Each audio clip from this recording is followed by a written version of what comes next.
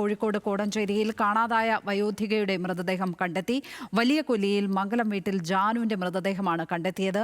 ഇന്നലെ വസ്ത്രം കണ്ടെത്തിയതിന്റെ അല്പം മാറിയാണ് മൃതദേഹം കണ്ടെത്തിയത്. അഴുകിയ നിലയിലായിരുന്നു മൃതദേഹം. വിവരങ്ങളുമായി കോഴിക്കോട് നിന്ന് രതീഷ് വാസുദേവൻ ചേരുന്നു. രതീഷ്, എന്നു മുതലാണ് ഇവരെ കാണാതായത്? ഈ കേസുമായി ബന്ധപ്പെട്ട് പോലീസ് നൽകുന്ന വിവരങ്ങൾ എന്തൊക്കെയാണ്? ലക്ഷ്മി, 6 ദിവസമായി ഇവരെ ജാനകിയമ്മയെ കാണാതായിട്ട് ഇവർക്ക് ഓർമ്മക്കുറവുള്ള ഒരു വ്യക്തിയാണ്.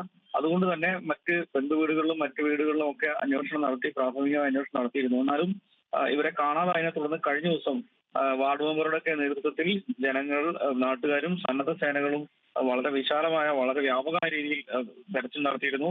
കൊട്ടൻകോട് പള്ളിക്കുന്നുമലയിൽ ഇന്നലെ വൈകിട്ടൊക്കെ നടത്തിയ തെരച്ചിലാണ് ഇവർ ധരിച്ചുവെന്ന് കരുതുന്ന നൈറ്റിയുടെ വസ്ത്രങ്ങളുടെ അവശിഷ്ടങ്ങൾ കണ്ടെത്തിയത്. എന്നാൽ ഇവരെ കണ്ടെത്താൻ കഴിഞ്ഞിരുന്നില്ല. ഇന്ന് വീണ്ടും രാവിലെ തെരച്ചിൽ ആരംഭിച്ചതോടെയാണ് അതിൽ നിന്ന് അല്പം അകലെ ഈ മൃതദേഹം കണ്ടെത്തിയത്. അഴുകിയ നിലയിലായിരുന്നു. എന്തായാലും ഇതുമായി ബന്ധപ്പെട്ട കൂടുതൽ കാര്യങ്ങൾ പോലീസ് പരിശോധിച്ചു വരികയാണ്. മൃതദേഹം അവിടെ നിന്ന് മാറ്റി പോസ്റ്റ്മോർട്ടം നടപടികൾക്കായി വേണ്ടി മറ്റ് നടപടികൾ പോലീസ് അനന്തര നടപടികൾ സ്വീകരിച്ചുകൊണ്ടിരിക്കുകയാണ്.